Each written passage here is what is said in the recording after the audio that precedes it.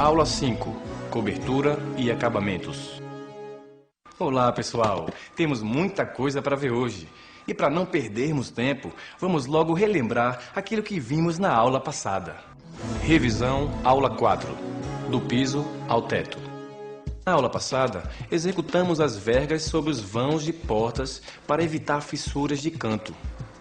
Prosseguimos com a fixação de objetos nas paredes de gesso. De acordo com o peso de cada objeto, vimos que eles são divididos entre leves, até 5 kg, médios, entre 5 e 30 kg, e pesados, 30 kg ou mais. Vimos que os objetos leves se fixam com colchetes e pregos de aço. Para os médios, buchas clássicas ou de autoperfuração. E os pesados, com a fixação transpassante metálica ou através de buchas apropriadas. Na sequência, aprendemos a marcar e cortar as paredes para o embutimento dos eletrodutos. Você acompanhou como se encaixam os eletrodutos e como se dá o acabamento com a cola de gesso. Por fim, mostramos que a instalação hidráulica é muito semelhante à instalação elétrica, no que diz respeito à marcação, corte das paredes e embutimento dos canos. A aula de hoje está dividida em duas partes. Na primeira, nós vamos concluir a parte estrutural da casa, ao fazer a cobertura com estrutura em madeira e telhas. A segunda parte é para quem gosta de caprichar no serviço. É o momento em que o profissional precisa reunir qualidades como paciência, atenção e vontade de fazer bem feito. Estou falando de acabamento, uma fase importante da obra. Então vamos por partes. Acompanhe a execução da cobertura de nossa casa de gesso. A cobertura da casa popular de gesso é bastante simples. Ela consiste de uma estrutura de madeira apoiada diretamente sobre as divisórias de gesso. Antes de vermos como se faz, fique por dentro de alguns detalhes sobre o madeiramento utilizado. As peças estruturais, os reforços para suporte e o madeiramento para coberta deverão ser de madeira de lei ou de madeira mista, com tratamento para cupim com óleo queimado. Toda a madeira será serrada e secada, com dimensões compatíveis aos vãos e cargas a suportar. Antes de preparar os caibros, ripas e apoios, devemos realizar a última fiada de blocos. Esta fiada será cortada, dando a inclinação necessária para o caimento perfeito das águas do telhado. Veja como se faz.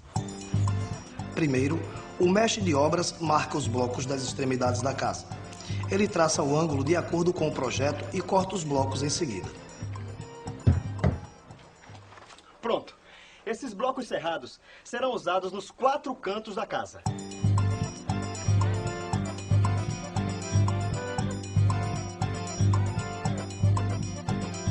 Depois, erga os blocos até a altura da cumieira, como manda o projeto.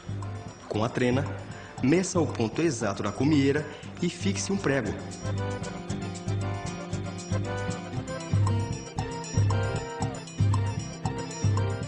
Estique uma linha até o bloco cerrado, que está na extremidade, obedecendo à inclinação do mesmo.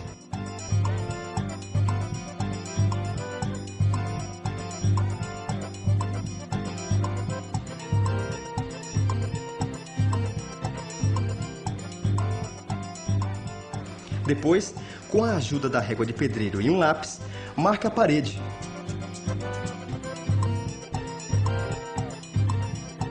Então, é só serrar os blocos seguindo a linha traçada por você.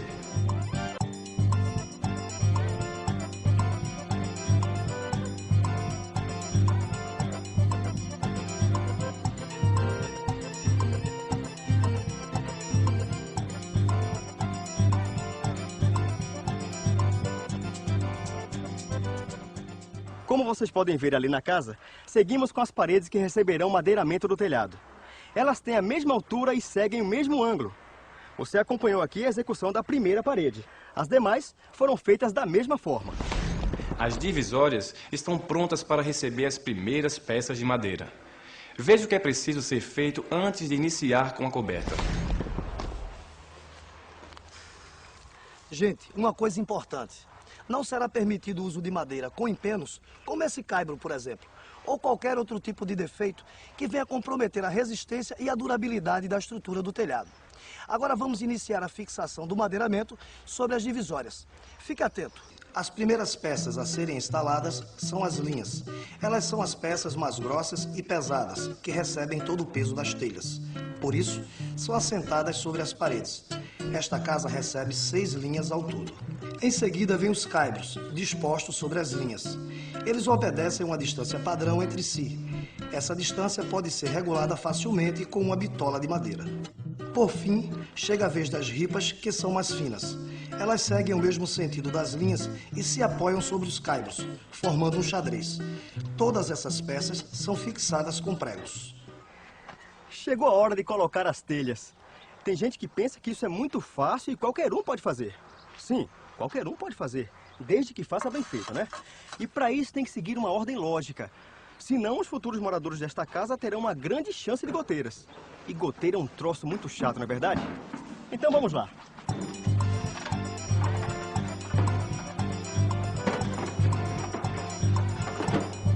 As telhas desta casa são de barro cozido do tipo canal.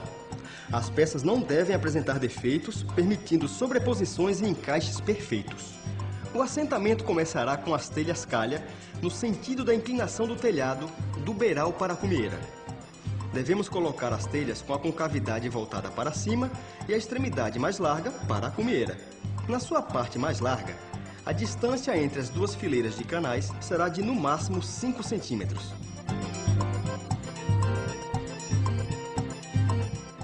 O recobrimento entre as telhas canal deverá ser de 10 centímetros. As telhas superiores, que podemos chamar de telhas capa, deverão ser colocadas com a extremidade mais estreita voltada para o lado da cumieira. O recobrimento deverá ser de 10 centímetros. Veja um pouco mais.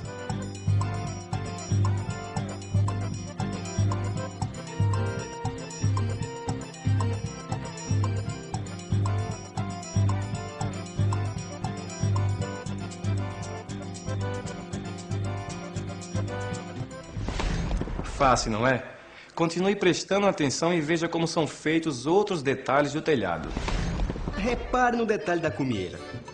Ela é feita com o mesmo tipo de telha, colocada com a concavidade para baixo e assentada com argamassa num traço de 1 de cimento e 4 de areia.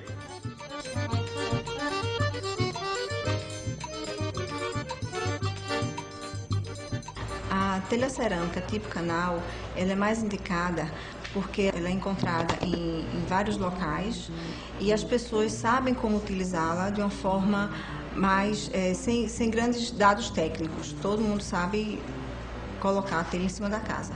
E outros tipos de telhas, além da telha cerâmica canal, elas podem ser utilizadas, que são telhas de fibrocimento e telhas que estão sendo chamadas de telhas ecológicas. E tem no mercado uns 2 ou 3 fabricantes, né? Tem um até, inclusive, que é com material reciclado, que ela tem um peso mais leve do que a telha canal e isso faz com que use-se menos madeira na execução do telhado.